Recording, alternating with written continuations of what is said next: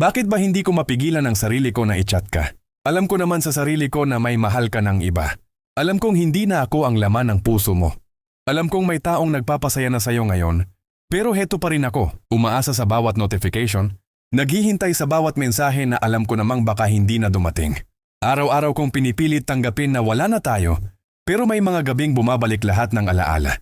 May mga pagkakataong gusto kitang kamustahin, hindi dahil umaasa pa akong magkakabalikan tayo, kundi dahil hindi pa rin sanay ang puso kong wala ka.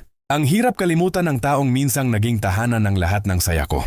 Minsan tinatanong ko ang sarili ko kung bakit ikaw pa rin, kung bakit sa dami ng taong pwedeng makilala, ikaw pa rin ang hinahanap ng puso ko. Siguro dahil hindi madaling kalimutan ang taong minahal mo ng totoo, ang taong pinangarap mong makasama hanggang dulo, pero sa huli naging alaala na lang. Kaya kung minsan man makita mong nagchat-chat ako, huwag mong isipin na gusto kitang guluhin. Tao lang din akong nasaktan at nahihirapang bitawan ng isang taong naging napakahalaga sa buhay ko. Pero darating din ang araw na hindi na kita hahanapin, hindi dahil tumigil akong magmahal, kundi dahil natuto na akong piliin at mahalin ang sarili ko.